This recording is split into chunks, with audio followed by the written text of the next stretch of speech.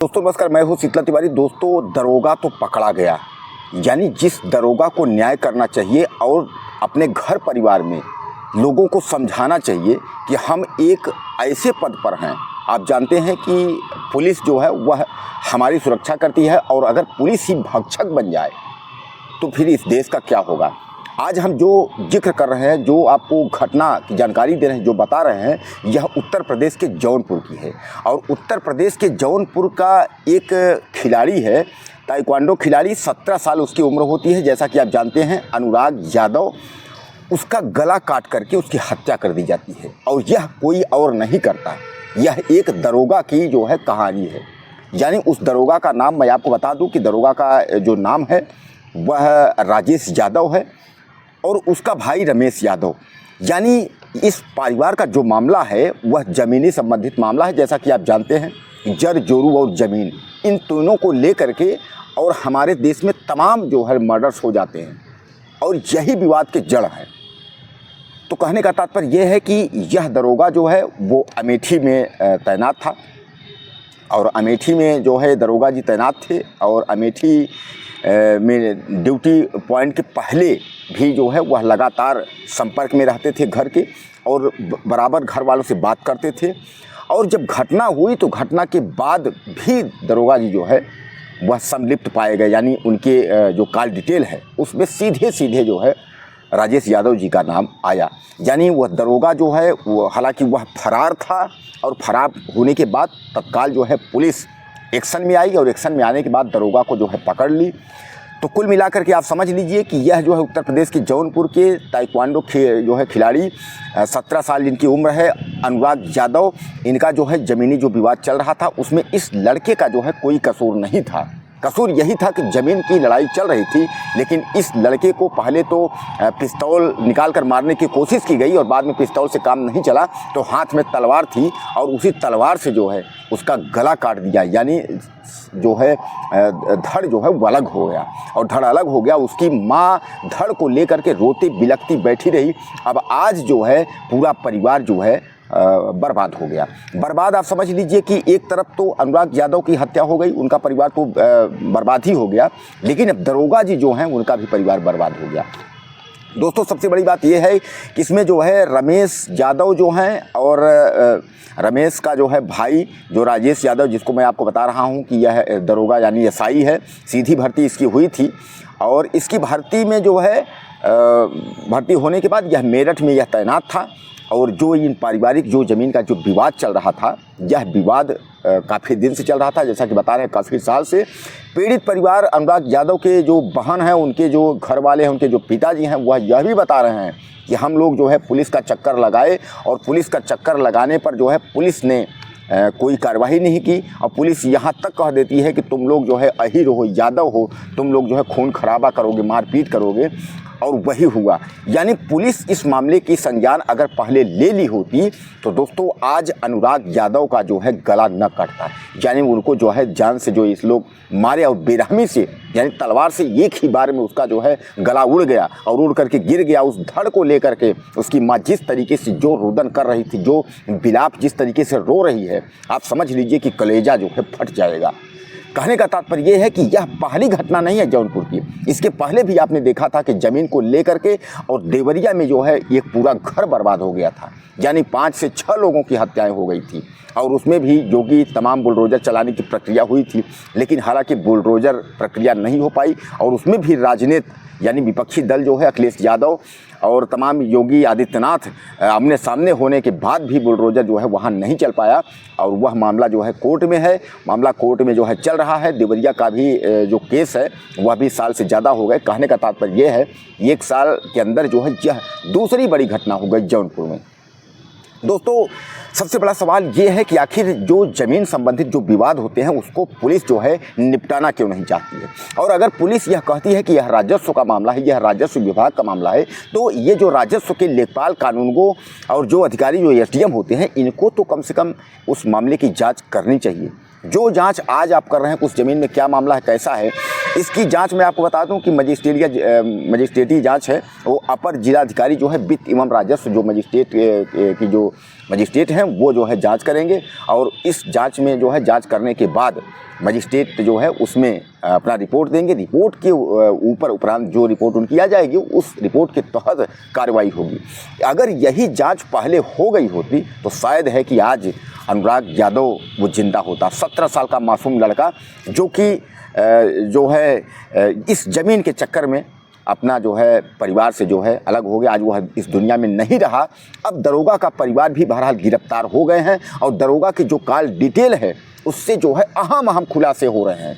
यानी ये मुख्य साजिश करता, यानी साजिश करने का, यानी मारने का जो है पूरा प्लानिंग करने वाला जो दरोगा जो राजेश यादव है, अब वह गिरफ्तार हो चुका है, पुलिस के गिरफ्त में है। और वह जो खुलासे उसने कर रहे हैं, हमने पहले बात किया, हमने उसके बाद किया, ये सब जो है कहने का तात्पर्य पूरी भूमिका जो है उस साजिश रचने का काम उस दरोगा का था। तो दरोगा अब दनादन जो है पुलिस की लठ में पड़ने लगी। अब पुलिस नहीं देख रही है कि तुम दरोगा हो, कि तुम जो है एसडीएम हो, लेकिन अब क्राइम में यानी कानून जैसा आप जानते हैं सबके लिए बराबर है।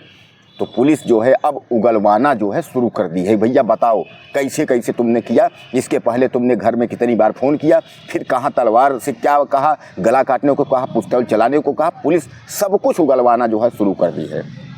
और अब यह भी समझ लीजिए कि दरोगा जी का इनकाउंटर और उसके बाद जो है दरोगा जी घर पर बुलडोजर, यानी कहने का तात्पर्य यह है अनुराग यादव और रमेश यादव ये जो उसमें आरोपी बनाए गए हैं, जो आरोपी हैं जिन्होंने मारा है, इनके घर भी जो है बेघर होंगे, बुलडोजर चलेगा और दरोगा जी की नौकरी तो जाएगी ही। और सबसे बड़ा सवाल दोस्तों यही है आपके सामने, इस पे आप जो है हमारे आप भाई हैं, तमाम कमेंट करके जो है हमसे पूछिएगा और आप जवाब भी हमको दीजिएगा कि राजस्व का जो ज़मीन संबंधित जो मामला है, अक्सर पुलिस उसमें हीला हवाली करती रहती है। कई लोग हमारे जो दोस्त हैं उन्होंने हमको मैसेज करके लिखा है, हमारे इनबॉक्स में जो है यूट्यूब के चैनल के इनबॉक्स में उन्होंने मैसेज करके लिखा है कि सर हमारी इतनी ज़मीन है और हमारा ये मामला है, पुलिस के पास जाते हैं तो सुनती नहीं। और अंत में जो है यही ज़मीन का जो जिक्र है, ज़मीन को लेते हुए ज़मीन की वजह से जो है जानें चली जाती हैं। यह पहली घटना नहीं है, हर ग्रामीण क्षेत्रों में हर किसान के साथ है कि चूँकि ज़मीन की जब लड़ाई होती है तो जानते हैं ज़मीन का मामला इतनी जल्दी जो है निपटारा होता नहीं है। और जब ज़मीन का मामला निपटारा होता नहीं है तो वो धीरे धीरे करके पुलिस इस मामले में हस्तक्षेप नहीं करती। पुलिस साफ कह देती है कि राजस्व का मामला है। अब पुलिस तो अपना पल्ला झाड़ लेती है कि राजस्व का मामला है, यानी ज़मीन संबंधित का मामला है। भैया नायब तहसीलदार, एसडीएम और ये लेखपाल कानूनगो यह सब जानेंगे। और सबसे बड़ा बात तो ये है कि जो लेखपाल होते हैं, जो कानूनगो होते हैं, वो आप समझ लीजिए मुर्गा और मछली में काम चल जाता है। आप मुझको जो है 10,000 20,000 दीजिए, 25,000 दीजिए, हम आपका जो है ज़मीन की एक लकीर आगे कर देंगे, एक लकीर पीछे कर देंगे, लड़ाई करवा देंगे।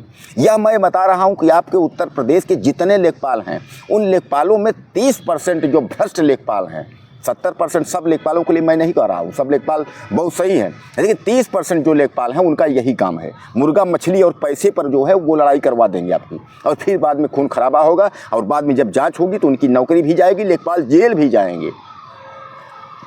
वही मामला यहाँ हुआ है। लेखपाल जो जगदीश यादव था उसको जो है निलंबित कर दिया गया। जगदीश यादव की यह भूमिका रही होगी कि तुमने इस मामले किस तरह, इतना बड़ा मामला हो गया, इतना बड़ा अगर मामला था, इसमें तुमने क्या किया। जबकि हकीकत में आपको बताऊं, इसमें लेखपाल जगदीश यादव तो जितना दोषी है उससे बड़े तहसीलदार या ऊपर के सारे अधिकारी दोषी हैं। अगर यह ज़मीन का मामला अगर काफ़ी दिनों से चल रहा है तो यहाँ प्रशासन कर क्या रहा था, यानी कहीं ना कहीं प्रशासन की मिली भगत थी। और आज जो यसाई जो दरोगा थे, वह दरोगा जी जो है अब नौकरी से तो वो जाएंगे ही।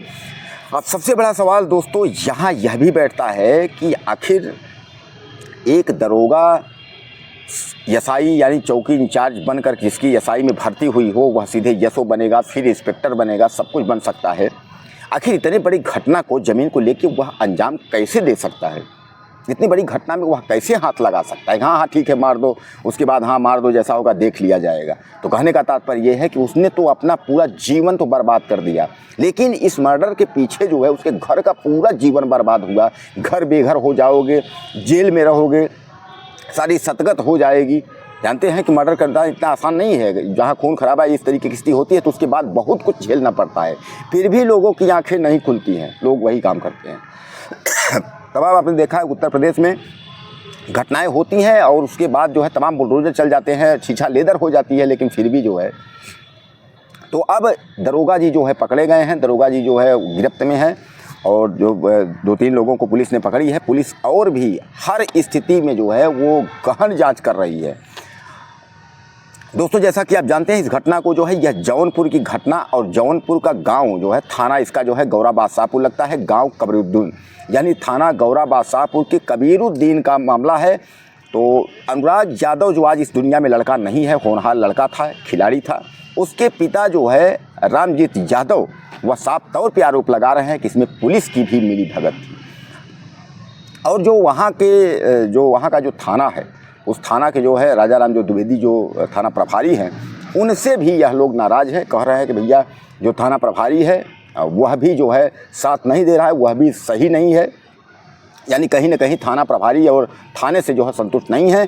अगर हम मृतक यानी जो है अनुराग यादव की जो बहन स्वाति है, वह मीडिया पर भी वह सवाल कर रही है कि जब इस तरीके की घटना हो जाती है तो आप लोग आते हैं, पूछते हैं, कैमरा लगा करके, मोबाइल लगा करके और माइक लगा कर पूछते हैं कैसा लग रहा है, आपका भाई नहीं है, आपको कैसा लग रहा है। यानी उसने मीडिया पर भी सवाल खड़ा कर दिए हैं कि आप लोग क्या करते हैं, आप लोग यही बात योगी आदित्यनाथ से क्यों नहीं पूछते। और दोस्तों, सबसे बड़ा सवाल यह भी है कि योगी आदित्यनाथ जो है अब पीड़ितों को कह रहे हैं कि भैया जो मुआवजा है वो मिलेगा, क्षतिपूर्ति मिलेगी, इतनी छीछा लेदर होने के बाद। यानी योगी आदित्यनाथ की मिलने की बात छोड़िए, वहाँ का जो विधायक है, विधायक भी यहाँ तक कह दिया कि हमें इस घटना के बारे में जानकारी नहीं थी। जबकि कोई घटना हो जाती है, वहाँ विधायक जो जनप्रतिनिधि हैं उनको तत्काल पहुँचना चाहिए और यह बात जो है सीएम तक होना चाहिए, पीड़ित परिवार को सीएम से मिलाना चाहिए। लेकिन इन सब कार्रवाइयों में जो है देरी हुई। अखिलेश यादव विपक्ष के नेता हैं, उन्होंने साफ तौर पे कह दिया है कि योगी आदित्यनाथ कानून व्यवस्था में अब जो है गिर चुके हैं, यानी कानून व्यवस्था इनकी जो है धीरे धीरे छीड़ होती जा रही है। कहने का तात्पर्य जहाँ योगी आदित्यनाथ पर निशाना अखिलेश साध रहे हैं, वहीं मायावती साध रही हैं, वहीं विपक्ष के जो नेता राहुल गांधी लोग। उत्तर प्रदेश की कानून व्यवस्था जिस तरीके से गिर रही है तो सामान्य बात है कि कोई भी होगा वह उस पर सवाल खड़ा करेगा। दोस्तों, हमारे उत्तर प्रदेश को पता नहीं हो क्या गया है कि उत्तर प्रदेश में एक से एक घटनाएं जो है होती चली जा रही हैं। अब अभी आपने देखा था कि अमेठी में जितनी बड़ी घटना हो गई थी कि एक व्यक्ति जो है वह प्यार के चक्कर में और पहुंचा जो है पूरे परिवार को ही मार दिया।